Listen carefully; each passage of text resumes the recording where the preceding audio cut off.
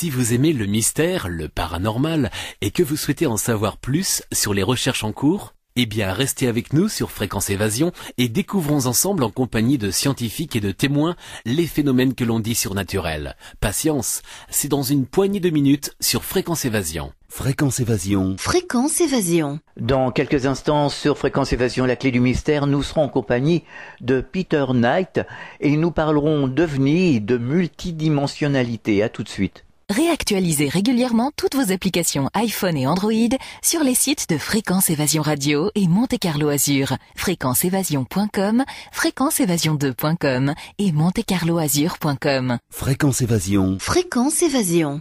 Peter Knight, bonjour et merci d'être avec nous. Oui, bonjour.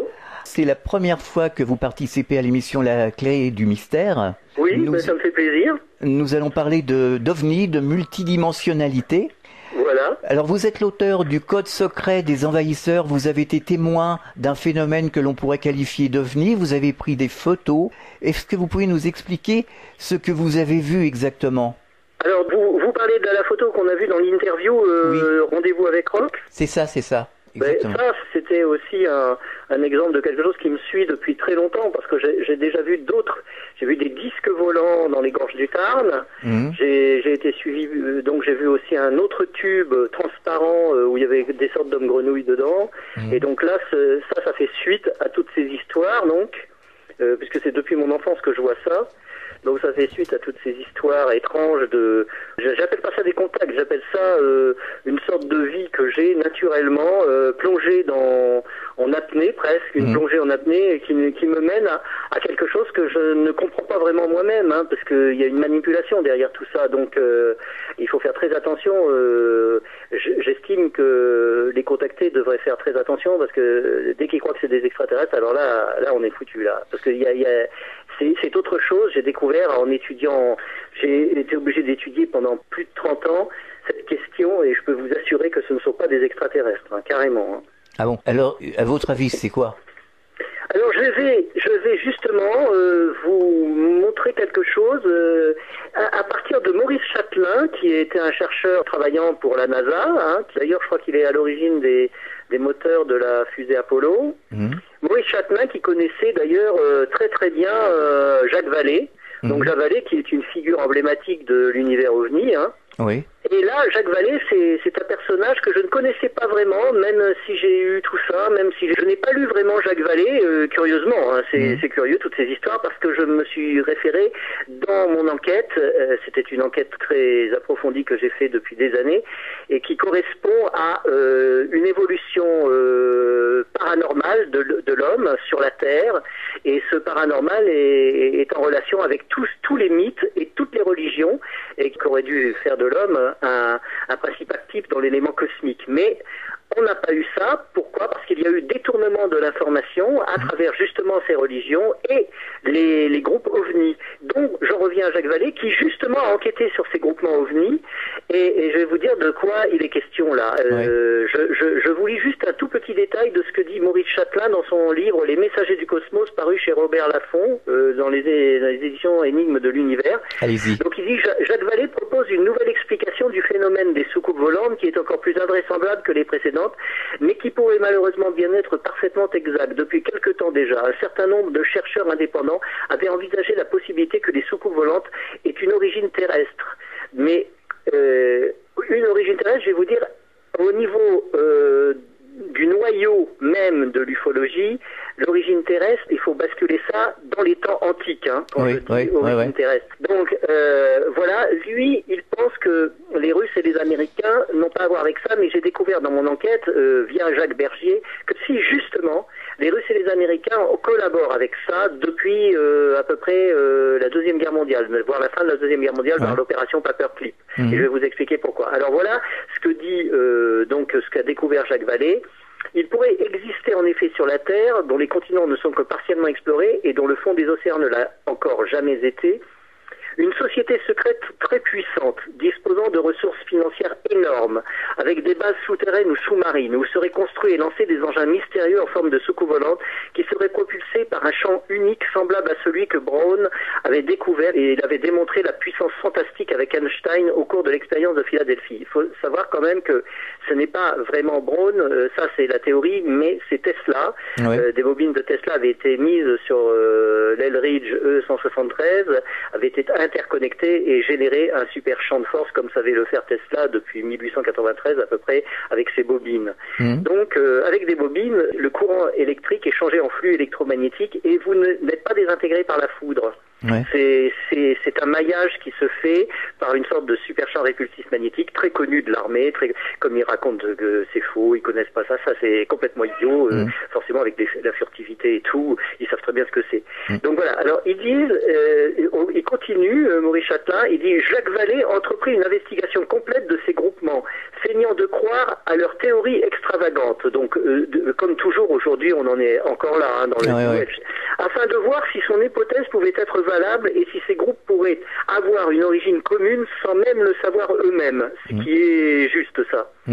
Et naturellement, il commença par la Californie où nous vivons, donc là, Maurice Châtelain dit qu'ils vivaient tous les deux à l'époque, où nous vivons tous les deux, et qui, comme chacun sait, est le paradis terrestre de tous les cultes, de toutes les sectes et de toutes les religions les plus invraisemblables. À la suite d'une longue enquête qui le conduisit jusqu'à Paris dans les couloirs du métro à la recherche de Melchizedek, ça c'est pas étonnant, il semble maintenant persuadé que toutes les sectes occultes et tous ceux qu'il a contactés pourrait très bien être manipulé par une seule organisation centrale, très riche et très puissante, dans le but de détruire la civilisation occidentale actuelle pour la remplacer par une sorte de dictature religieuse et militaire. Eh bien, je confirme moi ce qu'a découvert Jacques Vallée est tout à fait réel et que l'univers manipulateur de l'ufologie, tout ce qui est centré sur l'ufologie, fait partie à l'heure actuelle d'une secte paragouvernementale via les militaires, justement dont parle Jacques Vallée à la fin de ce récit,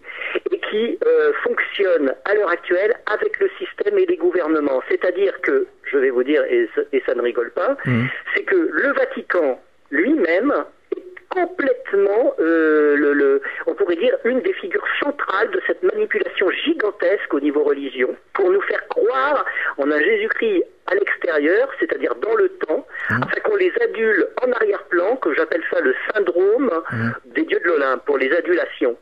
Et qui fait que vous adulez le Star System. À Washington, vous adulez les soi-disant politiques qui font des guerres, parce que en fait c'est pour détruire les ethnies et notre mémoire, la mémoire surtout de l'Irak, et ce que recherchaient d'ailleurs les Allemands, les nazis de Paperclip, retourner en Irak pour retrouver le berceau de l'humanité, la Sumérie quoi. Et vous avez donc cette recherche de l'adulation pour les masses, qui fait partie du système de guerre, c'est-à-dire la chair à canon, par les milliardaires qui créent un système d'adulation via le Concile des 300, c'est-à-dire tout ce qui est les Bilderberg et tout ce qui est fondamentalement le gouvernement, quoi, et qui fait que en adulant le Star System, les stars du Star System, tout ce qui est la musique et tous les chanteurs et tout, vous perdez votre temps dans cette incarnation à aduler des choses, que ce soit même Jésus-Christ, malheureusement à travers la religion, qui est pris pour quelque chose qui finalement nous délocalise au niveau de notre moi cosmique, afin de ne pas réaliser, de ne pas autoréaliser l'ouverture du troisième œil, parce que vous savez que le troisième œil, il faut le savoir quand même, a la forme de l'œil de Ra sur les anciens manuscrits et hiéroglyphes. C'est exactement la forme dessinée avec la larme en dessous, etc. C'est vraiment la forme de notre troisième œil qu'il faut ouvrir par l'émergence de l'énergie libre traversant le corps avec un champ magnétique. Mais on n'a jamais réalisé ça. Alors on en reparlera tout à l'heure. Vous faites référence finalement au nouvel ordre mondial. Le nouvel ordre mondial n'est que l'ex-ordre nouveau d'Adolf Hitler depuis la période des Paperclips. Et la période des Paperclips, c'est très intéressant à suivre dans le sens espionnage, je dirais. Même on peut espionner les espions, c'est tout bête. Et Paperclips, ça vient... Alors, je peux vous expliquer... ce que j'ai écrit dans mon dernier article qui est paru dans le nouveau Top Secret Magazine, qu'on peut avoir dans toutes les presses, dans une interview qui s'appelle Veritas, Randy Kramer a déclaré « Il y a une prévalence de l'idéologie nazie et de l'eugénisme dans la chaîne de commandement de la Space Force, qui finalement est via le complexe militaro-industriel d'aujourd'hui, de ce que fait Angela Merkel et tout le monde, tous les, que ce soit Obama, etc., et tous ceux qui cherchent en France à avoir le pouvoir par la force des armes. Dans son interview avec Laura Eisenhower, il répond à la question du collègue de Laura, quelle est la relation exacte des nazis concernant le programme spatial secret avec les familles Illuminati. Kramer répond que les vieilles familles ont perdu le pouvoir à cause de la technologie que les nazis et militaires gardaient à la pointe et qu'ils ont surpassé ainsi les familles de puissance. Dans les années 50-60, les familles royales étaient très centralisées. Elles représentaient une sorte de mécanisme de contrôle, puis cela a commencé à changer pour elles dans les années 60 parce que les dirigeants du renseignement militaire devenaient de plus en plus puissants à cause des technologies qu'ils développaient, pendant que le pouvoir de ces familles royales diminuait d'autant, car ils n'étaient pas au fait des nouvelles technologies militaires. Ces derniers exploraient l'espace et avaient des bases. Ils étaient déjà sur Mars, en fait. Kramer a dit que des familles royales ont voulu rejoindre la structure de commande de la Breakaway Civilization. Alors le groupe resserré des paperclips qui commandait le programme spatial clandestin a commencé à accepter d'énormes quantités d'argent que les banquiers des familles leur offraient pour participer à la conquête du monde et de l'énergie libre. Et c'est ainsi que les financiers internationaux se sont incorporés au programme, vous voyez. C'est exactement à l'heure actuelle, c'est-à-dire qu'il faut savoir, est-ce que vous vous souvenez de la sonde, après avoir photographié Mars Global Surveyor, a photographié sur Phobos un énorme monolithe parfait. Les scientifiques disent qu'il est parfait dans sa dimension, exactement décrit dans le livre d'Arthur Clarke, 2001 l'Odyssée de l'espace. C'est-à-dire que moi j'ai des photos, d'ailleurs je vais les publier dans mon prochain livre, vous pourrez le voir dans ce qui s'appellera, j'ai changé un petit peu le titre du deuxième tome, c'est le dossier secret des envahisseurs. D'accord. Donc en fait, vous avez la photo de ce monolithe. D'ailleurs, c'est Buzz Aldrin qui en a parlé pour la sortie de son dernier ouvrage. Et quand vous voyez la photo, vous voyez vraiment que c'est un artefact artificiel, réellement. Donc on a un rapport avec Phobos. Déjà, Phobos, il faut savoir que le secret de Phobos a été dévoilé par des grandes personnalités scientifiques qui ont dit que Phobos était artificiel, et il y a des raisons. Il y a des raisons pour ça, pour découvrir ça. C'est-à-dire non seulement Phobos, et on le sait au sein de ce qui est, vous voyez, le gouvernement actuel et les scientifiques, on le sait très bien que Phobos est artificiel, mais personne n'en parle plus. Malheureusement, je suis obligé, moi, c'est bizarre que je suis toujours obligé de lever le lièvre à chaque fois, et ça finit par me fatiguer, vous voyez. Voilà ce qui est dit. En ce qui concerne Mars. Donc Mars a deux satellites appelés Phobos et Deimos. Donc ils furent découverts en 1877. Et les scientifiques sont favorables donc à la thèse sur la construction artificielle des deux satellites martiens. C'est peut-être pour cette raison que la NASA a tant désiré arriver sur Mars le plus tôt possible. Il y a donc 10 ans à peu près, 55 millions de dollars ont été consacrés à cette recherche. Donc les Nord-Américains, donc Fred Hoyle, physicien, et Fred Singer, astronomes, parviennent à la conclusion définitive que les deux satellites étaient de construction artificielle.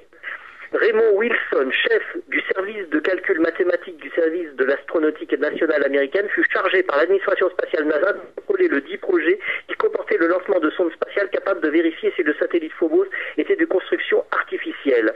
Alors voilà, il y a le russe S.E. Shklovsky qui dit « Nous devons admettre que Phobos est un satellite artificiel construit en duralium. Vraisemblablement, Phobos est vide intérieurement. Étant donné sa vitesse de rotation, on arrive à cette conclusion en tenant compte du fait que Phobos possède des caractéristiques très spéciales.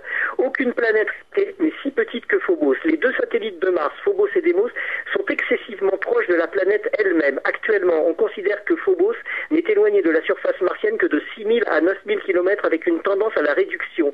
Phobos se meut dans un mouvement de rotation à une vitesse 4 fois supérieure à celle de la planète elle-même. Cette théorie est absolument impossible en astrophysique pour un satellite naturel. Aucun satellite ne peut se mouvoir à une vitesse supérieure à celle de la planète autour de laquelle ils tournent, puisqu'en principe ils proviennent tous deux de la même masse et ont la même vitesse. Phobos ralentit sa vitesse lorsqu'il s'éloigne de Mars. C'est précisément là le phénomène observé par les satellites artificiels mis en orbite autour de la Terre par l'URSS et les USA. Vous voyez donc, on sait déjà depuis longtemps que c'est artificiel. Donc, ce dont Buzz Aldrin parle à propos du monolithe complètement artificiel, puisqu'on le voit, on voit son ombre portée, c'est une tour carrée, exactement comme décrit sur JAPEC, je crois, un satellite de Saturne, où Arthur Clarke décrit une telle tour, pareille, mais là c'est sur Phobos. Dans le film d'Arthur Clarke, c'est sur la Lune, et là par contre dans la réalité c'est Phobos. Donc on a un lien, puisqu'on le sait que dans 2001 Odysseée de l'espace, il émet une longueur d'onde, on ne sait pas laquelle, on ne sait pas ce que c'est, ce qui veut dire par Arthur Clarke, mais il semble être au courant de quelque chose.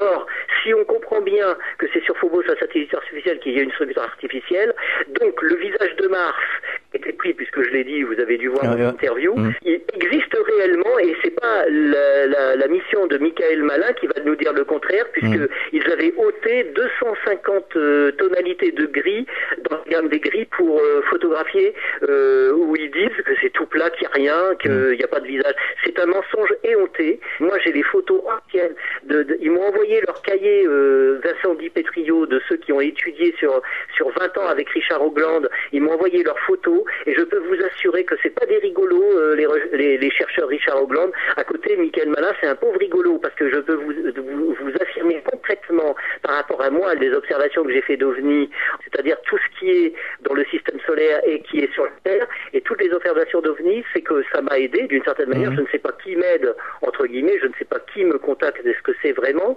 mais je sais particulièrement qu'il y a une intelligence à l'heure actuelle qui est sur la Terre, des gens, et qui œuvrent dans le système solaire, qui ont des propriétés et qui voyagent de la Terre à la Lune via un immense satellite qui est en orbite autour du Soleil. Donc en fait, tout ça pour vous dire que le bloc monolithique qu'on a découvert sur Phobos, en fait, est en relation avec les pyramides de Mars, que décrit James Surtak, puisqu'il dit que c'est une intelligence artificielle qui œuvre sur Mars et qui a construit ces pyramides, dans son livre Les Clés d'Enoch. Donc lui, comme il a travaillé à Washington, au Pentagone, il sait très bien ce qu'il dit, à mon avis. Et on a donc une relation avec cette tour immense monolithe qui génère une énergie particulière et qui envoie sur les pyramides et sur le visage quelque chose. C'est pour ça que la sonde Phobos a été complètement virée quand elle a voulu photographier Mars, et qu'on a vu une ombre elliptique colossale projetée sur la planète Mars au moment où cette sonde a été complètement virée. D'ailleurs, je ne sais plus quel journaliste a dit que c'était une guerre interstellaire, et c'était un incident diplomatique extraplanétaire, et qui faisait partie d'un programme très particulier qui nous empêche de savoir ce qui se passe. Alors, dans quel but on aurait créé des satellites artificiels ?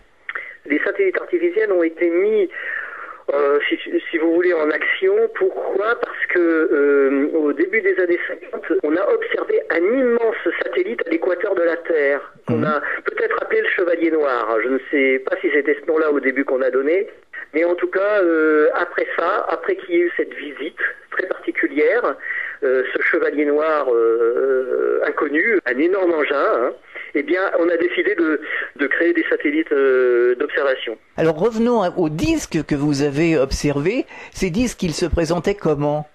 Alors, vous voulez parler de ce que nous, avec ma compagne, on a observé. Voilà, c'est ça, oui. Oui, alors c'était longiligne, mais quand ça bougeait, ça prenait plusieurs formes. Ouais. Et c'était cristallin, comme une bulle de savon. Donc je pense que c'était un champ de force matérialisé, parce que ça m'a suivi particulièrement quand j'ai quitté l'endroit où je l'avais vu, puisque je méditais, et quand je suis sorti de cette église, c'était suspendu juste là, à l'endroit où je méditais. Et ensuite, ça m'a suivi jusque chez moi. Oui. Ça m'a suivi pendant 3 heures, comme si j'étais rattaché à ça, avec un fil invisible, comme un ballon de baudruche un peu. Et quand je m'arrêtais dans la rue, ça s'arrêtait. Et quand je continuais, ça continuait. Et on a pu rentrer dans des magasins, ça nous attendait, ça sortait, etc. Et c'était au-dessus des arbres. Il y a même des gens qui ont filmé cette chose. Alors selon vous, c'est quelque chose de terrestre?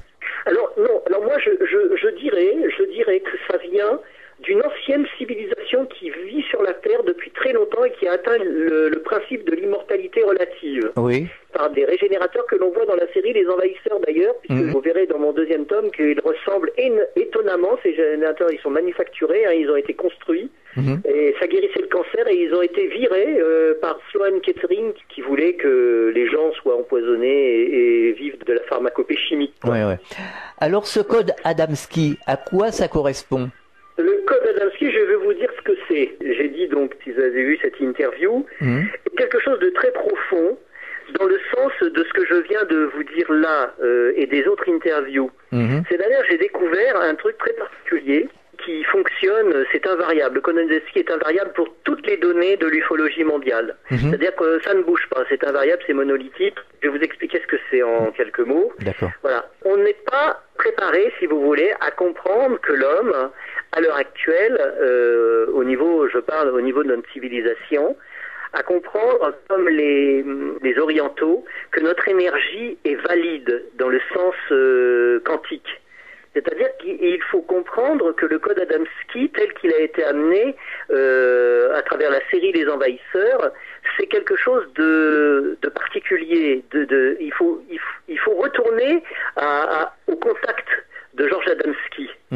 Pourquoi George Adamski aurait-il été choisi par soi-disant des extraterrestres ? Ce n'est pas ça la vraie question. La vraie question, c'était un grand blond, un blond aux yeux bleus qui vient atterrit à bord d'un engin à lévitation magnétique. C'est-à-dire que ce que vous voyez dans la série Les Envahisseurs est beaucoup plus proche de la réalité que ce qu'a raconté Adamski. D'ailleurs, à la fin, comme le dit celui qui a écrit Contact extraterrestre, Timothy Good, dit qu'il a beaucoup menti à ses amis, et même ses amis l'ont senti qu'il mentait tout le temps, à un moment donné, à la fin. Pourquoi ? Parce qu'en fait, Adamski n'a pas, n'a pas canalisé l'information comme il le fallait. C'est-à-dire qu'on lui a raconté que c'était des extraterrestres. Parce qu'en fait, il disait, ils tirent leur énergie du champ magnétique de la Terre. C'était connu, ça, depuis 1893, quand Nikola Tesla pouvait tirer avec ses machines l'énergie du champ magnétique de la Terre. Et quand Nikola Tesla a fait son disque volant, quand il a fait les plans de son disque volant en 1907, il a dit au Walton Astoria Hotel qu'il faisait un engin qui n'avait pas l'air d'un avion, qui n'avait ni hélice, ni moteur à essence, ni rien, et qui pouvait rester en lévitation en l'air, partir dans n'importe quelle direction à des vitesses fulgurantes, et rester au cœur d'une tempête comme ça. Ça, c'est le vrai code. Le vrai code, en fin de compte, Adamski, c'est quelque chose qui fait partie d'une technologie à énergie libre. Oui. Il faut rendre abstrait la chose beaucoup plus qu'on le pense, dans le sens que c'est pas des extraterrestres qui vont nous montrer ça. C'est l'homme qui montre cette technologie depuis la nuit des temps, depuis le temps de l'Atlantide en fait. Il y a eu des bagarres de clans, comme nous raconte la chronique de Michel Bouguer, et ces bagarres de clans, c'était pour les territoires spatiaux avec l'énergie libre, les dispositifs, c'est-à-dire ceux qui rendent, non seulement qui rallongent la vie par l'éclair, c'est-à-dire Zeus, tout ce qui est, on pourrait dire, la charge électrodynamique de l'homme à travers ce qu'on appelle l'esprit, mais qui est la charge supermagnétique de la Terre à travers un corps humain. Voilà, ça c'est le vrai courant du code Adamski, c'est-à-dire ce qui nous alerte pour devenir l'homme cosmique. C'est pas un groupe d'extraterrestres à l'extérieur qui va nous annoncer ça. Un enseignement, c'est toujours à l'intérieur, c'est toujours pour l'intérieur, c'est-à-dire pour être soi-même ce que nous dit l'enseignement, mais pas des histoires qu'il faut aduler des extraterrestres. Donc là, ce qui s'est passé, c'est que George Adamski voit atterrir un engin à Desert Center en 1952. On lui dit que donc il est contacté, etc. Mais qu'en fait, il parle pas beaucoup. L'homme ne lui parle pas. Il dit que c'est de la télépathie. Et j'ai découvert que c'était une technologie très particulière centrée sur les rayonnements de synthèse pour les mots. C'est-à-dire, vous pouvez recevoir. C'est Nikola Tesla qui avait créé ça sur les ondes radio, et il peut, en lisant votre signature électromagnétique, on peut, grâce à l'invention de Nikola Tesla, contacter quelqu'un par télépathie synthétique. Ouais. Donc c'est lié justement à la découverte de Nikola Tesla pour créer un disque volant, ce qu'il avait fait. Il a été ruiné par les banquiers, et d'ailleurs il a donné beaucoup de ses inventions aux Russes et aux Allemands, Nikola Tesla, parce qu'il était très embêté par les Américains qui voulaient le ruiner. Donc en fait, pourquoi ? Parce qu'il y avait déjà un consortium à l'époque qui faisait que, notre civilisation ne devait pas aboutir, ça devait être détourné au profit dû d'un consortium qui s'accaparait ce qu'on appelle les brevets de Nikola Tesla, et sa soucoupe, et les rayons de télémanteau, etc. Donc tout a été remis. Nous, on a eu la société d'hyperconsommation. La Deuxième Guerre mondiale a été déclenchée pour que volent les Vril 1, 2, 3, 4, 5, 6, 7 et les Leonbu nazis, et qui fait que c'était directement les tachyonateurs de Thulé, par exemple, quand vous devinez comment est la soucoupe de Nikola Tesla, c'est bien des sphères à résonance magnétique, à inversion magnétique, qui pouvaient faire décoller l'engin de Tesla. Donc en fait, vous avez un petit film de 5 minutes sur UFO of Tesla sur YouTube, vous pouvez le voir, c'est en espagnol et en anglais, et il vous dit que l'OVNI de Tesla pouvait aller sous l'eau, comme il pouvait aller dans l'air, et de toutes les façons, tout ce que vous voyez de la soucoupe, la même soucoupe que j'ai vue moi, et je m'appelle pas Adamski, la même soucoupe que j'ai vue dans les gorges du Tarn, c'est la fameuse soucoupe, exactement la même photographiée par Adamski, mais c'est la soucoupe de Nikola Tesla. D'accord. Alors vous avez rencontré Roy Thinus, acteur de la série Les Envahisseurs. Vous pouvez nous expliquer cette rencontre avec Roy Thinus et à quelle occasion l'avez-vous rencontré? Alors, j'ai découvert que les images de la série Les Envahisseurs étaient codées et montraient en fait la véritable guerre froide qui avait été déclenchée entre Russes et Américains pour la technologie nazie. C'est-à-dire que c'est l'ordre secret nazi de Poséidon, appelés à partir de 1945-47 les chevaliers de Poséidon, qui maintenaient cette guerre froide, c'est-à-dire avec les familles royales, que ce soit la reine d'Angleterre ou ailleurs, ou avec les services secrets, la DST en France, etc., qui voulaient s'accaparer cette technologie à antigravité de Nikola Tesla. Donc en fait, quand j'ai découvert tout le processus des images que vous voyez dans la série, jusqu'au rayon de désintégration maintenant dont on parle, que l'on possède aux États-Unis, ce puissant rayon, aucune, ils disent, d'ailleurs vous avez, je crois que ça s'appelle le projecteur, sur Internet, vous pouvez le voir, moi on m'a envoyé le film, on voit un tube, et c'est le projecteur où ils peuvent projeter un rayon laser, désintégrer totalement une voiture, et on le voit en 1967. Ça n'était pas encore créé, alors que si certainement ça l'était par une ancienne civilisation qui possédait tout ça et qui était en accord avec les gouvernements et même les nazis. Et vous voyez dans le troisième épisode, La Mutation, vous voyez la Jeep, d'ailleurs qui fait référence à l'armée, la Jeep de David Vincent, qui par un puissant laser de forme un peu étrange, cubique et à moitié étrange dans Les Envahisseurs, qui projette un rayon bleu, et là toute la Jeep devient rouge et se désintègre, et il reste plus qu'une trace au sol, et c'est la vérité. Ce que vous voyez, c'est la vérité.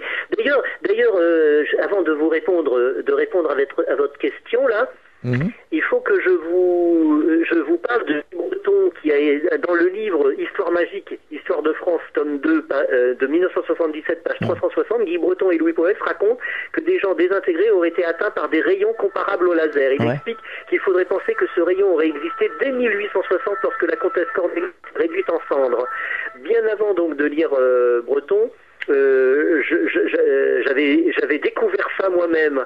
Donc là, je pense que ils disent en plus, donc c'est Powell et Breton, qui disent que ce rayon, à l'heure actuelle, serait donc entre les mains d'une secte criminelle, d'une société criminelle. Donc c'est marrant, ils ont écrit ça en 1977, et j'ai découvert, alors que je connaissais pas ça, j'ai découvert qu'après avoir publié mon livre. Ce qui fait que j'ai vu la trace moi-même, ce qui fait que ce qu'ils disent avoir les Américains à l'heure actuelle, c'est très vieux, ça vient du laser KSK Donai, que l'on voit sous la soucoupe des envahisseurs, qui désintègre la Jeep de David Vincent. Alors moi j'ai tout de suite envoyé un message à Roy Thinus, j'ai dit écoute, c'est pas possible, d'ailleurs on se tutoie parce que les Américains on ne voit pas, et en fait je lui ai dit ça, et il a été sidéré, il nous a dit je suis tombé à la renverse de toutes ces informations que j'aurais aimé connaître il y a 40 ans de ça quand j'ai tourné la série. On marque une pause, on revient dans quelques instants. Chaque jour, sur Fréquence Évasion Radio, recherche, ovni, paranormal, faits de société, protection de l'environnement et les rendez-vous avec vos stars préférées dans Parole de Stars. Fréquence Évasion, c'est également la voix des sudistes en Principauté de Monaco et dans le Grand Sud. Fréquence Évasion Radio, dites-nous tout. Dites-nous tout. Dites-nous tout. Fréquence Évasion. Fréquence Évasion. Nous sommes de retour sur Fréquence Évasion, nous sommes toujours en compagnie de Peter Knight et nous parlons d'OVNI, de multidimensionnalité. Alors donc on peut considérer que la série Les Envahisseurs est inspirée de faits réels. Ah, c'est tout à fait codé, crypté à un niveau incroyable. D'ailleurs, le réalisateur était pilote de bombardier. Il survolait l'Italie pendant la Deuxième Guerre mondiale et il a été suivi par même Roy Tinos, parce qu'il avait dit sur le plateau à l'acteur, et Roy Tinos me l'a dit au téléphone. D'ailleurs, la préface dans le deuxième tome, c'est Roy Tinos qui a écrit la préface de mon deuxième tome que je vais éditer là bientôt. Et Roy Tinos m'a dit, il a été suivi par des disques volants de couleurs sombres énormes. Donc en fait, il connaissait, alors je vais vous dire, vous savez, quand vous m'avez demandé ce qu'était le code Adamski, le plus percutant, le scoop du code Adamski dans la découverte de ce que vous voyez, des images codées, cryptées, absolument incroyable, c'est que vous voyez des blonds qui sortent de disques volants, comme Adamski a vu ces blonds sortir de disques volants, mais en plus, un détail unique en son genre qui est la stricte vérité, c'est que les blonds qui sortent des soucoupes de la série Les Envahisseurs, qui ressemblent au Unbu 1 allemand, purement, c'est que ils ont le petit doigt qui voilà, c'est ça, le petit doigt. Raide et cassé à l'extrême limite. On peut difficilement le faire parce que c'est normalement une des premières phalanges qui est comme cassée. Et bien en fait, ça ressemble à une griffe assez menaçante dans la mais c'est tout à fait la vérité. C'est la maladie de Dupuytren, puisqu'après dans les conférences que j'ai fait, il y a plein de gens qui m'ont dit qu'ils avaient des gens dans leur famille qui possédaient ce petit doigt raide et écarté. D'ailleurs, même un policier à Monaco m'a acheté mon livre et il est blond aux yeux bleus. Et maintenant, il ne sait pas pourquoi il a mal. Et en fait, il a eu l'explication dans mon livre. Il ne connaissait pas cette explication parce que Dupuytren disait que c'est même pas ce qu'ils ont. C'est une déformation, c'est génétique et complètement inconnue. On ne sait pas pourquoi. C'est la pure lignée aryenne viking qui, entre l'âge de 40 et 50 ans, a cette mutation de l'auriculaire. Et David Vincent n'arrête pas de dire dans tous les épisodes, on reconnaît les pilotes de ces disques volants à la mutation de l'auriculaire. Et bien moi, je peux vous dire exactement, à l'instar de David Vincent, que vous reconnaîtrez les pilotes de ces disques volants exactement lorsqu'ils ont entre l'âge de 40 et 50 ans, ont cette mutation d'auriculaire et ils possèdent ces régénérateurs découverts qui sont manufacturés. Je les mets dans le deuxième tome. J'ai déjà dit dans une de mes conférences ce que c'est exactement, qui les a construits, et c'est quasiment les mêmes que vous voyez dans la série. Donc je pense que Andrew McIntyre, puisque Larry Cohen n'a rien compris quand il a écrit ses scénarios pour Les Envahisseurs, lui, il voulait faire de la science-fiction. Et tout à coup, Andrew McIntyre arrive, le directeur de la photographie, il fait les scénarios, il fait ceci, il est le pilier, ça, d'un seul coup, avec Quinn Martin, qui est le producteur. Ils s'entendent tous les deux, et ils font quelque chose d'absolument insolite, qui d'ailleurs perdure à l'heure actuelle, parce que c'est toujours autant un mystère, ça n'a pas vieilli. Pourquoi ? Parce que c'est justement ce dont je vous parle. Parce qu'en fait, ils ont codé jusqu'au dernier épisode qui s'appelle Inquisition, où vous voyez une arme qui est une parabole, qui doit détruire toute vie sur Terre. Et cette parabole, elle a un quartz enchâssé au centre de la parabole. Eh bien, c'est une arme de Tesla, que Tesla avait créée dans les fin des années 1800, et ça avait généré un puissant tremblement de terre, et tous les pompiers à Manhattan étaient sortis et tout ça, parce qu'en fait, c'était à une longueur d'onde rattachée à 7,5 MHz, je crois, et il avait déclenché avec ça et ses antennes, exactement comme dans la scène où ils veulent détruire la vie, et il nous montre là une arme de Tesla, Andrew McIntyre. Donc en fait, Inquisition et l'épisode, même les titres sont codés, et les images que vous avez à l'intérieur de manipulation mentale par les ultrafréquences, comme dans par exemple les sangsues, c'est l'exacte vérité. Les nazis possédaient cette technologie Tesla. Et quand l'opération Paperclip, c'est parce qu'ils ont été aux États-Unis, il y a eu une opération d'exfiltration, qu'en échange de l'or, ils fassent des bases et soient dispatchés dans le monde entier et envahissent le monde à partir de là. C'est-à-dire des membres de la pure lignée viking qui ont le petit doigt qui serait dit. Donc je pense qu'Andrew McIntyre, qui était rattaché au Patagone, a vu à la fin de la Deuxième Guerre mondiale les Blancs arriver de l'opération Paperclip à Washington, et il a su ce qu'il était en train de faire, et il a fait la série dans les années 60. Alors Nikola Tesla voulait construire un véhicule spatial. C'est ça. Oui. Donc pourquoi et est-ce qu'il l'a construit? Enfin bon, est-ce que vous pouvez nous donner des détails sur ce véhicule spatial? Alors, Massimo Teodorani, qui a écrit L'éclair de génie dans son livre Massimo Teodorani, dit qu'il n'y a pas d'indication en plus par rapport aux conférences que Tesla a fait en 1911 au sujet de son disque volant. C'était très secret, il se le réservait. Donc on a très très peu d'informations, sauf que des plans courent sur Internet. Vous pouvez deviner à peu près ce qu'a fait Nikola Tesla. D'ailleurs, je crois qu'il y a des plans en croate, donc on peut deviner à peu près que ces plans-là, avec des indications que l'on voit, qui circulent sur Internet, sont justement les travaux de Nikola Tesla. Donc il n'y a que par ce biais-là, avec tout ce que les études qu'on peut faire sur les champs magnétiques on savait que, par exemple, les ondes de gravité, Nikola Tesla avait deviné tout ce que c'était, alors qu'on nous raconte tout un cinéma à l'heure actuelle, ça y est, on a trouvé Einstein. Mais c'est pas Einstein. Il faut savoir qu'Einstein n'est qu'un homme de paille de ce consortium où il met des mots historiques d'Einstein perpétuellement. Einstein n'a pas tout dit, ces mots historiques qu'on raconte ici à notre époque. C'est pas Einstein, c'est sa femme qui ne pouvait pas parler à l'époque, et Einstein remplaçait sa femme pour dire des choses. Et en fait, c'est elle qui était un génie. Einstein n'a jamais été le génie qu'on dit à l'heure actuelle dans les universités. Il faut pas se laisser avoir, parce que les universités, ça fait partie de tout ce qui est la fausse connaissance que Nikola Tesla rejetait absolument. D'ailleurs, Einstein se faisait tirer les oreilles par Nikola Tesla. Parce qu'il n'avait pas les connaissances qu'il fallait. C'était la femme d'Einstein qui avait ces connaissances-là. Donc, tout ce qui est la théorie des champs de sa femme et tout ça. Et il y a plein de gens qui le savent, puisque j'ai discuté dans mes conférences avec des gens. Il y a des gens qui sont bien plus savants que moi, qui savent très bien qu'Einstein n'est pas l'homme Et c'est tout pareil comme ça dans notre civilisation. Il y a un blackout complet à travers la religion, à travers Washington, les hommes politiques, le système hollywoodien, le Hollywood 12 là dont on parle avec Rock Soccer.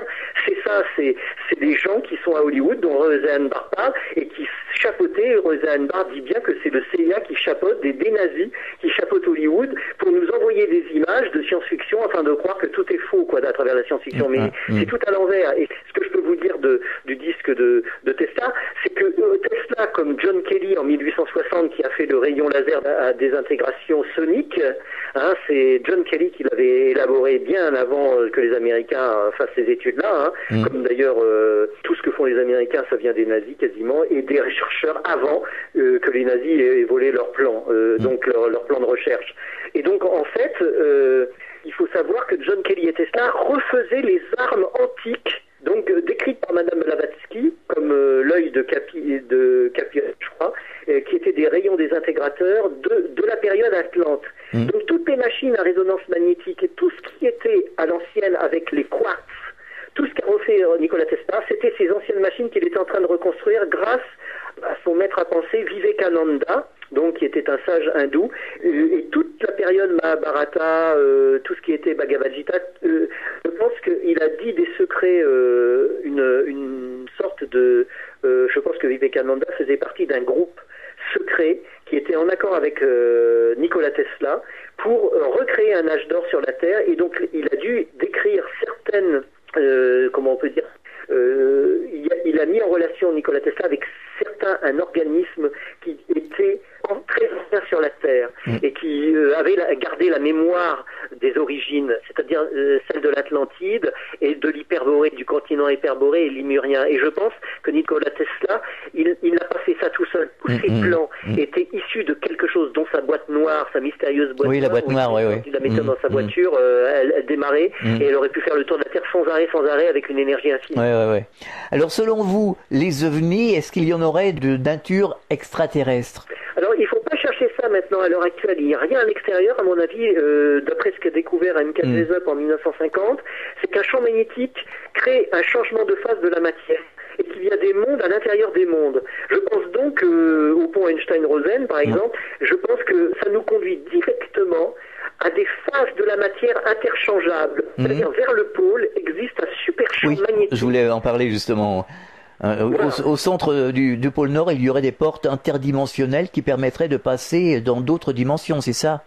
C'est des dimensions de vie qui continueraient, donc comme je le dis, comme vous avez pu voir l'interview à la fin, c'est-à-dire que John Dee avait des globes de Mercator, n'étaient pas essentiellement rondes, mais plutôt en forme de poire, peut-être un peu, et au pôle, il y aurait un rocher énorme, une montagne noire, je pense être une magnétite très particulière, qui crée un changement de phase de la matière. C'est un carrefour des dimensions, et qui fait que il dit, donc John dit, c'est D2E, John. Et il a écrit à la reine Elisabeth comme quoi il faudrait qu'elle s'empare du Groenland parce qu'il existerait des sphères superposées, alignées le long du Groenland qui ferait que le Groenland s'éterniserait vers l'infini, au-delà du regard, quoi, et qui ferait qu'il accéderait à une porte dimensionnelle. Et il avait dit à la reine, donc Elisabeth, qu'il faudrait qu'elle s'empare du Groenland pour avoir toutes les portes induites. Donc je pense que le secret gouvernemental qui nous est caché à l'heure actuelle, c'est le secret des pôles de chaque planète comme ça, qui mène à des interdimensionnalités. Et c'est ça. Il n'y a pas que la Terre creuse qui est un détail comparé à ça, et qui fait que ça mènerait sur les autres planètes directement, sans passer par du kérosène et tout le bazar, c'est-à-dire avec un engin supermagnétique, on rebondit, et en je sais pas moi, en un rien de temps, on arrive sur les autres planètes. Alors ça correspondrait simplement à un changement de fréquence. C'est ça, ça serait des fréquences, comme un peu les fréquences radio. Oui. Et vous changez, et à ce moment-là, il faut savoir aussi que quand vous êtes dans un champ magnétique équilibré, je parle d'un super champ comme celui que voulait faire Tesla, vous êtes invulnérable, vous devenez un méta-humain. Donc si vous lisez le dernier article que j'écris dans la revue Top Secret numéro 85, vous avez ça, vous devenez un méta-humain, c'est l'éclair, la foudre, c'est généralement Zeus, Thor, Odin, tout ce qui est les anciens mythes, c'est-à-dire vous devenez un homme qui manipule la foudre comme Tesla voulait le faire, parce qu'il pouvait tenir dans sa main une boule de foudre sans être désintégré. Ça voulait dire qu'il était déjà entouré d'un super champ grâce à ses bobines, un maillage, c'est-à-dire un champ répulsif. Ce qui fait que quand vous accédez à ça, à cette technologie, vous devenez invulnérable au mal, puisque c'est dit, puisque John Kelly l'avait par une simple ceinture, un simple artefact, ça pourrait être un bracelet, c'est-à-dire, mais dans les Thunder Agents, justement la bande dessinée de 1966, qui correspond au projet WASA, donc au projet russe WASA à l'ONU. Donc je pense que l'ONU est en phase avec ça et qu'elle a des armes électromagnétiques de Tesla et qui nous font croire qu'il n'y a rien. D'ailleurs, il n'y a jamais eu autant de guerres depuis qu'il y a l'ONU, donc ils font partie du truc noir là, c'est sûr. Alors finalement, si je comprends bien, tout est là. Alors on vivrait finalement, quelque part, on vivrait dans un grand logiciel. Alors on vivrait dans une sorte, je vais vous dire ce que ça peut être, c'est-à-dire que tant que vous ne générez pas le champ magnétique répulsif, l'orbe, c'est-à-dire ce qu'on appellerait le Merkaba mystique, vous êtes dans une matrice d'illusion. C'est ça, oui. Voilà. Vous n'êtes pas le rené, c'est-à-dire qu'il faut renaître en soi, comme Nicodème qui demande au Christ, mais comment peut-on naître une seconde fois? Oui, c'est ça. Il dit en vérité, si vous ne renaissez pas d'eau et de souffle, dans le vrai langage araméen, c'est l'eau et le souffle. Ce qui est super magnétique, ça. Ça, c'est super magnétique. Le souffle, champ égal, souffle et eau, champ super magnétique. Il faut voir au niveau quantique. Donc en fait, si on ne renaît pas d'eau et de souffle, c'est-à-dire une espèce d'apnée qui nous conduit au second souffle, vous n'engendrez rien, vous ne renaissez pas, vous n'êtes pas à ce moment-là qu'on appelle dans le royaume. Oui, mais alors comment faire? C'est là où vous devez deviner que l'énergie et la masse doivent fusionner. C'est-à-dire que l'énergie du système solaire qui fait que le squelette se déplace, eh bien, votre conscience minérale, qui est le squelette, va représenter le roc, c'est-à-dire représenter le roc d'où serait diffusée l'énergie. Il faut arriver à se centrer tellement qu'on atteint le squelette. Et à ce moment-là, vous rentrez dans la conscience de phase minérale, l'état de conscience de phase minérale comme un morceau de carbone, puisqu'on représente ce morceau de carbone, qui par compression deviendrait du diamant. Et à ce moment-là, par la supercompression, à ce moment-là, vous manœuvrez dans le sens de votre pensée et vous devenez le diamant, comme j'avais dit que c'était le langage des oiseaux, ça veut dire Dieu et amant et aimant, ce qui est aimanté de la Terre, vient au centre de votre plexus, qui est une porte. Et à ce moment-là, vous engendrez cette énergie supermagnétique aux quatre coins, ce qui est la croix centrée, c'est-à-dire les quatre éléments et les quatre directions des points cardinaux. À ce moment-là, vous devenez l'orbe central. C'est ça le royaume des cieux, c'est-à-dire votre eau se change en cristal par la force phénoménale induite des courants qui font que vous devenez un être cosmique. Il faut synthétiser votre esprit à tel point d'abstraction que vous n'existez plus en tant que petite identité, mais entité id. L'id était le secret des Grecs pour la divinité, c'est-à-dire l'id était la force du subconscient créateur. C'était ça l'id les cavernes de Lyde. C'était ce que étudiait Platon et d'autres maîtres de la philosophie grecque. Mais cet emploi de la force de Lyde, pourquoi est-ce qu'on a besoin de données pour prouver sa vie d'une identité? Parce qu'on n'a pas résolu le mystère de la création. Alors on montre une apparence de carte d'id-entité. Vous n'êtes pas une entité id tant que vous n'atteignez pas le nexus profond de la conscience globale de l'univers intrinsèquement.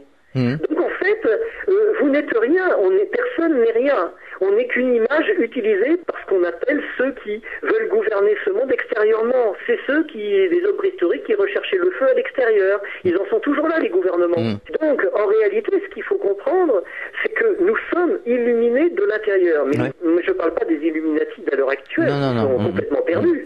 C'est des gens qui cherchent le pouvoir parce qu'ils n'ont pas ce que je vous dis là, à l'heure actuelle, en ce moment, ce qu'on est en train d'approfondir au téléphone.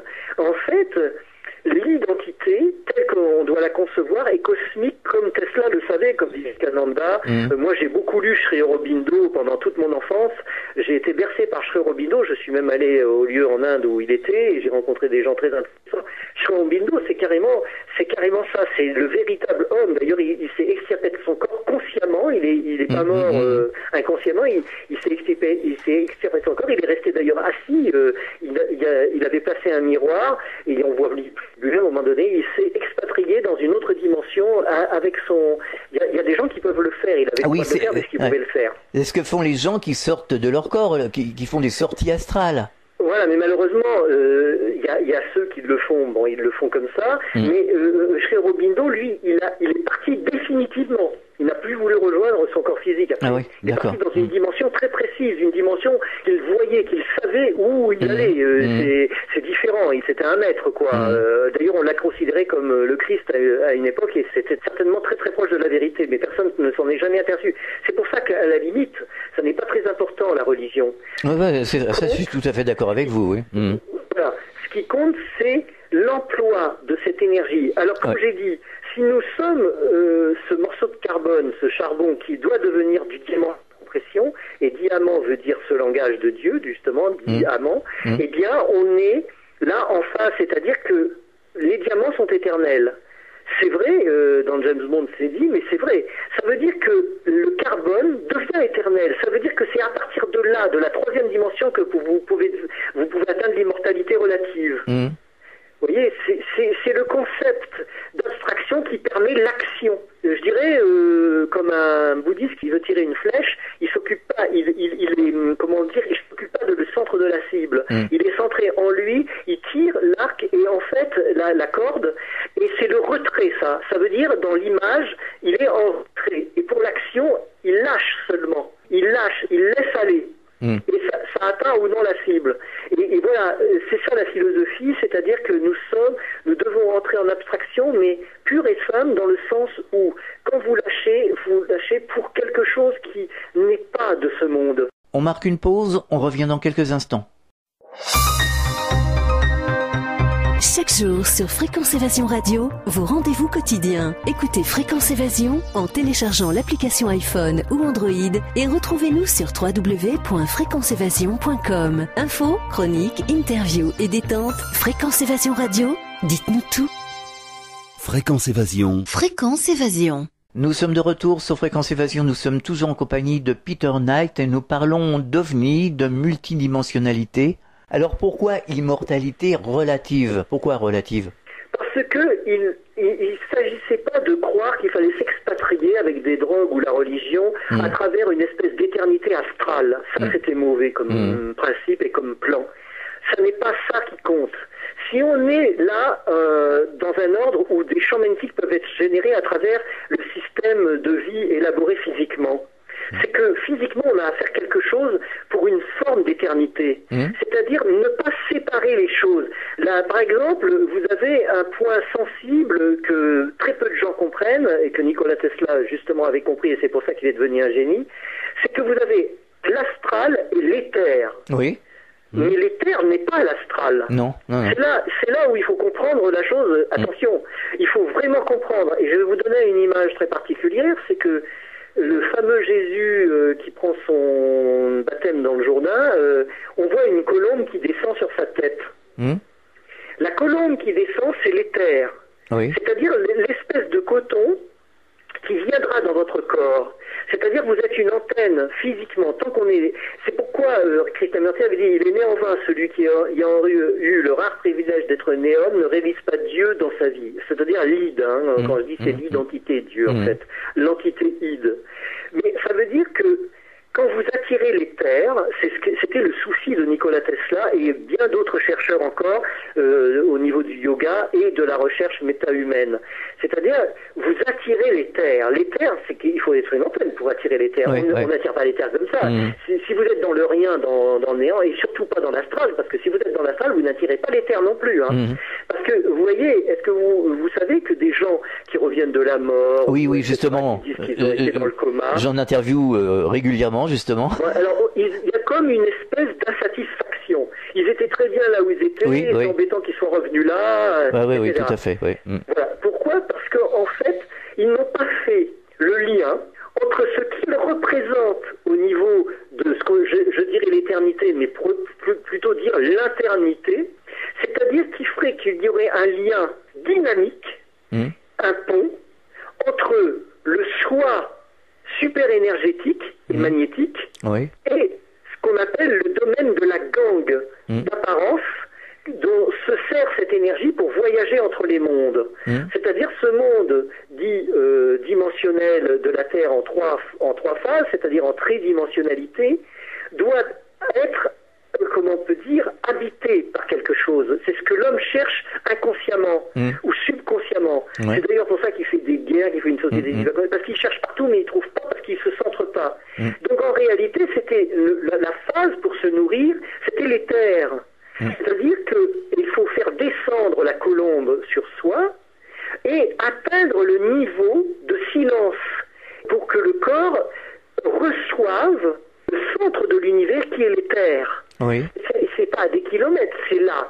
Alors, une civilisation telle que celle des Hyperboréens ou l'Atlantide ont compris qu'il fallait mettre des antennes. Alors, ils ont fait des sortes de vaisseaux qui attiraient l'éther, des disques, des engins qui faisaient qu'avec l'antenne sur le toit et l'antenne de la soucoupe, ça permettait d'attirer l'éther. Et Nikola Tesla a fait la même chose.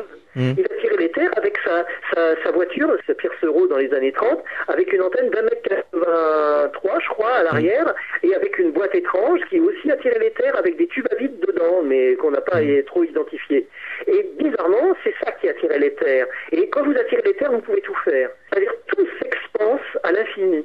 Donc, les recherches mystiques qu'on appelle KRST, parce que KRST, c'est Christ. Donc, je l'explique dans mon dernier, dans le dernier là que vous pouvez avoir dans toutes les presses en ce moment, dans le numéro 85, je répète ça parce que les Christ et tout, ça voulait dire le possesseur du secret, comme le dit Guittarade. Et le possesseur du secret, c'était les anciens dieux de l'Olympe qui les avaient, justement, avec l'électrogravité et tout ce qui était la foudre.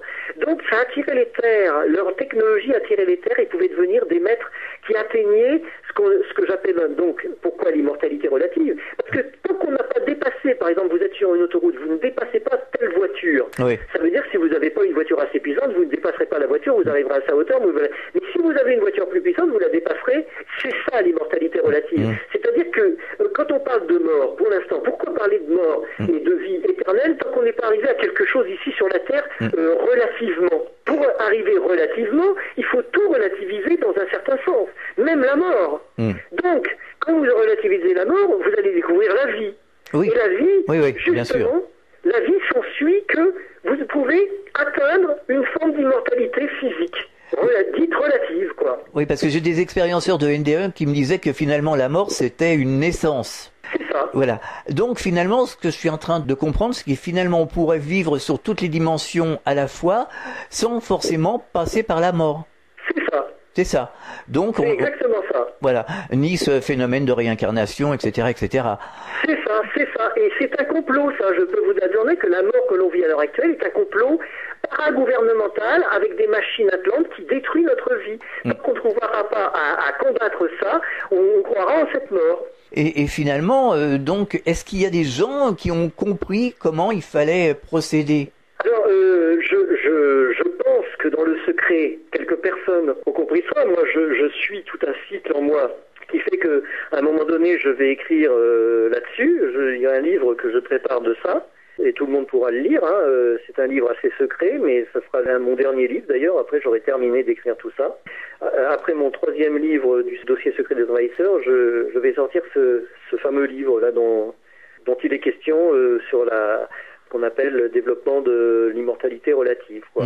Alors finalement, Jacqueline Bousquet, avec qui nous faisions des émissions sur les interdimensions, nous disait qu'il fallait s'aligner avec les vibrations de la planète, à savoir bien se nourrir, bien penser, pour se rapprocher le plus de la nature, enfin se rapprocher plus de la nature pour changer nos ADN. Alors, on peut se rapprocher de la nature, c'est vrai, mais tel que c'est à l'heure actuelle pollué dans le sens des ondes, il faut, disons, faire un retour en soi personnellement, c'est-à-dire que presque d'une abstraction intense qui fait que vous pouvez rayonner sur la nature quelque chose que la nature ne rayonne peut-être plus. C'est-à-dire que la terre, l'eau, l'air et le feu, comme il y a une attaque à l'heure actuelle de HAARP, oui. C'est très très lent, là, c'est modifié, donc il faut que nous-mêmes ayons la vision par une sorte de fixation très précise au niveau du pensant créateur, qui crée une forme de motivation qui permettrait d'annuler ce qu'on appelle le facteur chaos, les forces du chaos, quoi. Alors elle nous disait qu'il fallait manger le plus possible bio, éviter justement de manger aussi des nourritures lourdes comme la viande, comme les produits laitiers, etc. Faut pas manger de viande à mon avis. Voilà, c'est ça. S'alléger et supprimer les Wi-Fi, supprimer les portables, éviter les portables au maximum, enfin tout ça. Voilà. Et elle nous disait que la planète avait élevé ses fréquences depuis quelques années, elle était à 7,5 Hz et nous serions, paraît-il, à 13 ou 14 Hz dans la résonance de Schumann qui est mesurable. Oui. Donc tout ça, ça correspond ? Alors je me méfie beaucoup de ce qu'on raconte dans ces espèces de multiplication d'Hertz parce que il risque d'y avoir un armement HAARP derrière tout ça. Ah bon ? Oui, alors il faut faire très attention. Je pense que c'est lié à un consortium qui veut basculer la Terre dans un certain univers artificiel au niveau quantique, puisque maintenant on le sait, Google est devenu maître du monde et veut quantifier tous les êtres humains et leurs pensées. Et ça y est, ils veulent relever les morts, etc. C'est marqué, hein, vous avez ça maintenant. Qu'est-ce qu'ils veulent faire Google a la puissance quantique de l'intelligence artificielle. Ils sont les maîtres du monde à l'heure actuelle. Ça a été dit là. Alors attendez, il y a un livre, je vais vous dire le titre d'un livre qu'il faut comprendre. Un livre de Frédéric Salat-Barou, La France et la solution aux éditions Plomb, où il explique à quoi est arrivé Google à l'heure actuelle et quelle est l'imposture. Ils utilisent l'électricité, les champs électriques et dynamiques même de Tesla et tout, pour copier l'être spirituel, mais en fait c'est vide, c'est comme les envahisseurs, quoi. Et ils augmenteraient les fréquences, pour à un moment donné basculer la Terre du pôle Nord au pôle Sud. Et c'est ça qu'ils préparent en ce moment. Je pense qu'ils préparent une forme d'apocalypse. Ceux qui disent des messages dans des soucoupes et tout ça sont des traîtres, quoi, à la race humaine. Et en fait, dans leurs engins, ils veulent réduire l'humanité aux singes et ne veulent plus entendre parler de spiritualité. Donc en fait, ils n'ont aucune spiritualité. Ils sont très très dangereux, hein. C'est la pire engeance qu'on puisse imaginer sur Terre à l'heure actuelle. Mais finalement, si on se reprend en main, l'esprit est indestructible. Ils peuvent rien contre nous. Alors ça, je suis d'accord. Mais tant qu'on est dans l'univers relatif, faut être un peu comme David Vincent. Faut pas nous envoyer en l'air directement par faut être méfiant. Faut économiser notre énergie et voir ce qui se passe. C'est comme ça qu'on pourra les contrer. Parce que si tout de suite on pense qu'on est vainqueur et tout, alors là on a perdu. Hein. En tant qu'esprit, en tant que conscience, ils peuvent rien faire contre nous. Mais si, justement, c'est là où j'ai essayé d'avertir les New Agers. Malheureusement, les New Agers sont terribles dans le sens où ils voient pas. Et tant que vous n'avez pas atteint le niveau de diamant, ce que vous disiez. Tant que vous n'avez pas atteint le niveau de diamant, tout est possible dans l'invasion. Donc, ils peuvent nous enfermer dans la matrice, c'est ça ? Absolument, absolument. Du jour au lendemain, il peut y avoir un ordre totalitaire qui s'inscrit et vous ne pourrez rien faire. Et tant qu'on n'est pas devenu du diamant, c'est comme ça.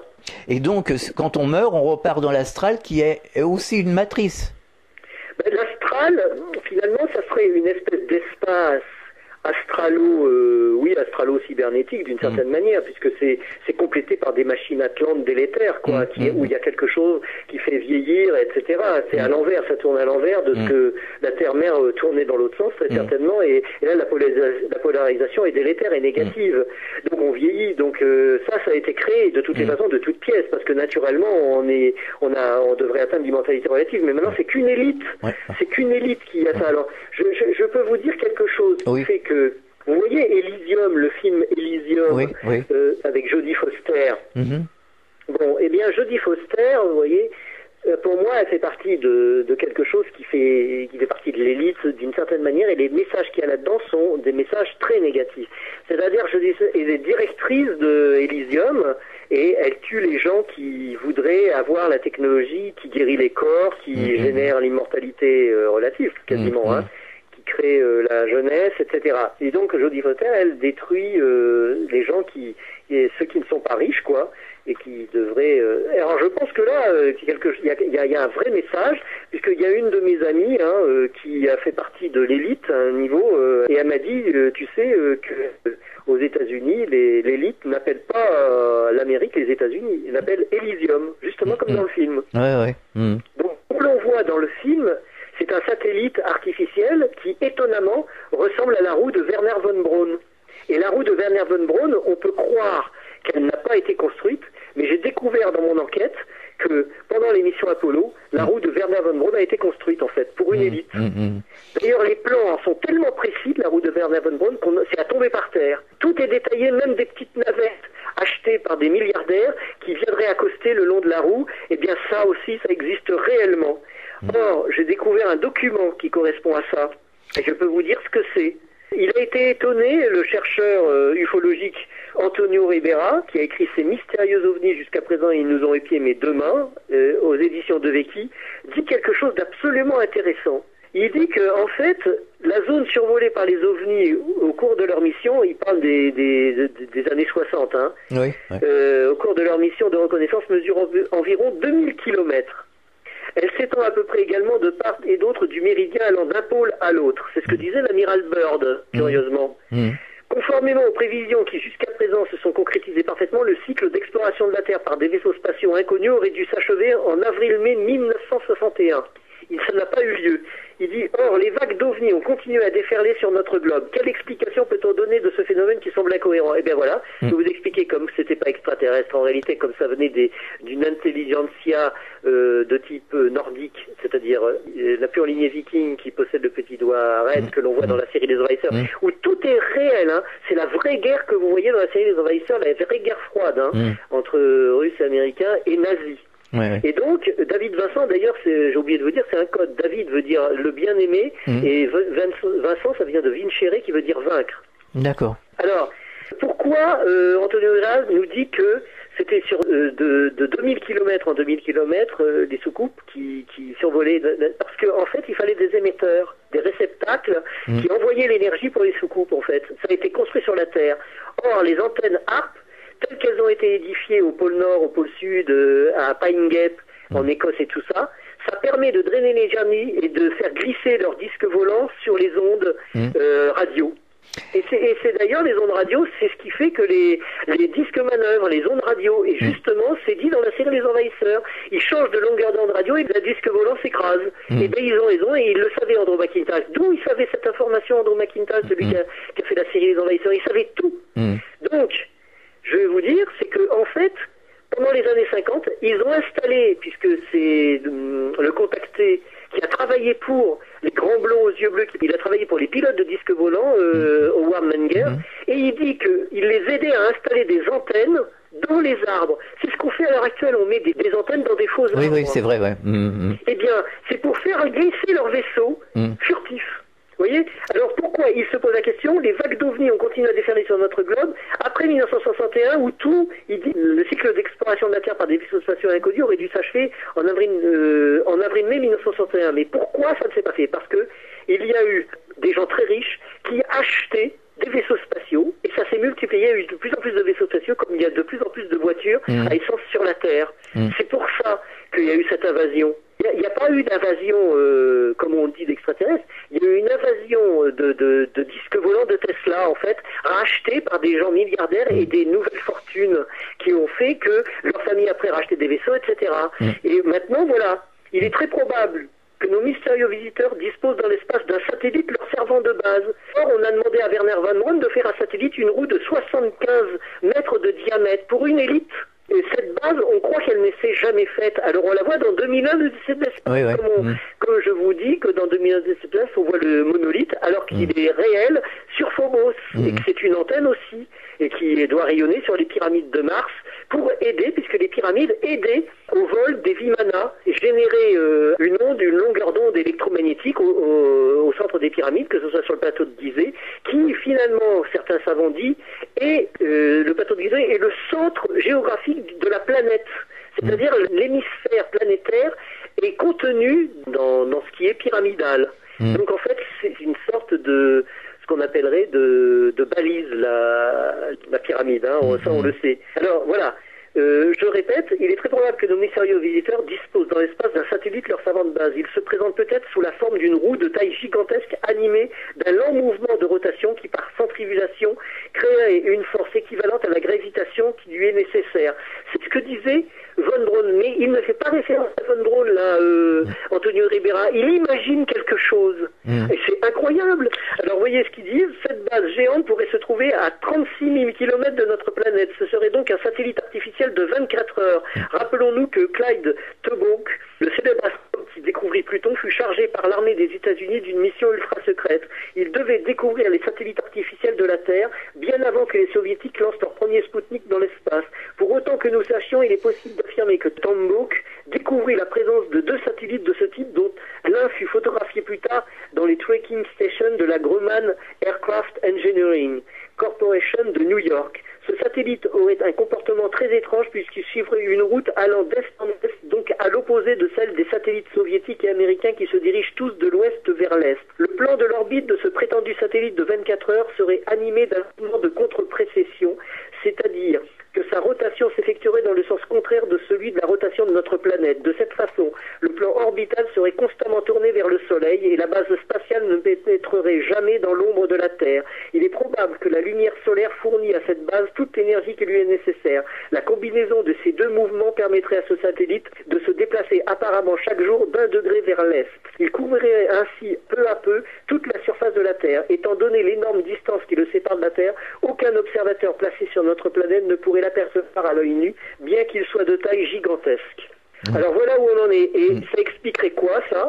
Ça expliquerait les ovnis qui viennent chercher de l'eau dans des lacs et qui même pompent des lacs entiers qui disparaissent en une seule nuit parfois. Ça veut dire qu'ils ont besoin d'eau dans ce satellite et qu'ils l'emmènent là-haut. Et les chemtrails dans tout ça, ça correspond à quoi?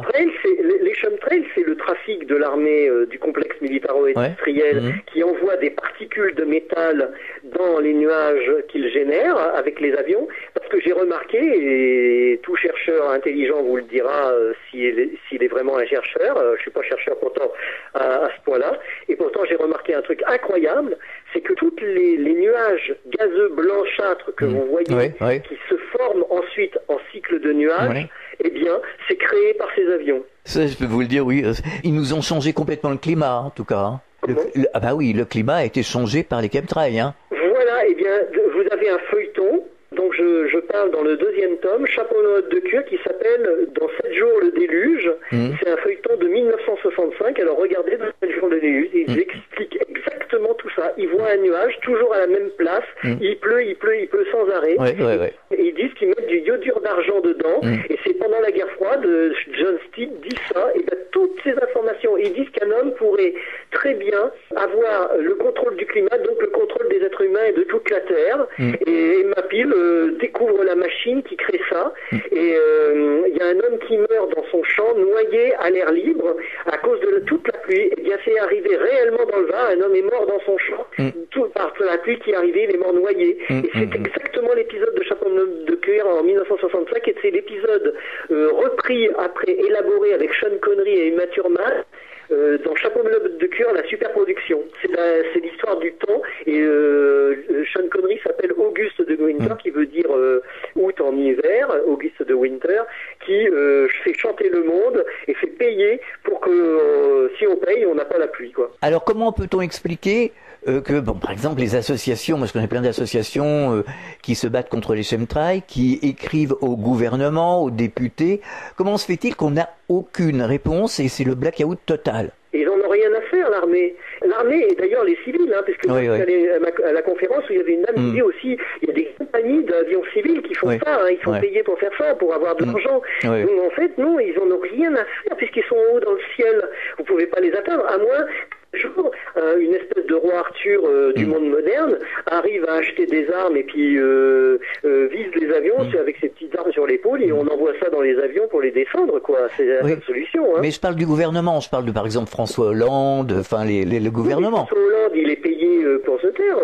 À partir du moment où on parlerait de ça, on parlerait des ovnis, hein, de toute façon. Donc c'est pas possible. Et ils diront, ils nous prennent pour des cons. Donc en fait, il faut se réveiller, il faut tous autant qu'on est, hein, il faut lutter contre ces gouvernements débiles là maintenant, c'est débile mental. D'ailleurs, c'est leur école là, toutes les universités et tout ça, c'est débile mental. Le Tesla, il en voulait pas, hein, et Tesla d'ailleurs, il avait pas de diplôme. Hein. Le diplôme, vous savez ce que c'est que le diplôme? C'est que vous achetez quelqu'un et son âme. Alors vous avez un diplôme, vous êtes à la botte des gouvernements. Alors un dernier mot avant de se séparer. Est-ce que vous pourriez nous parler du chronoviseur? Le père François Brune avait fait une émission avec nous ici. Il nous avait parlé de la machine, donc le chronoviseur, qui serait démonté en plusieurs morceaux éparpillés dans différents pays. Vous êtes au courant de tout ça? Alors dans mon deuxième tome, il y a tout le truc. Hein.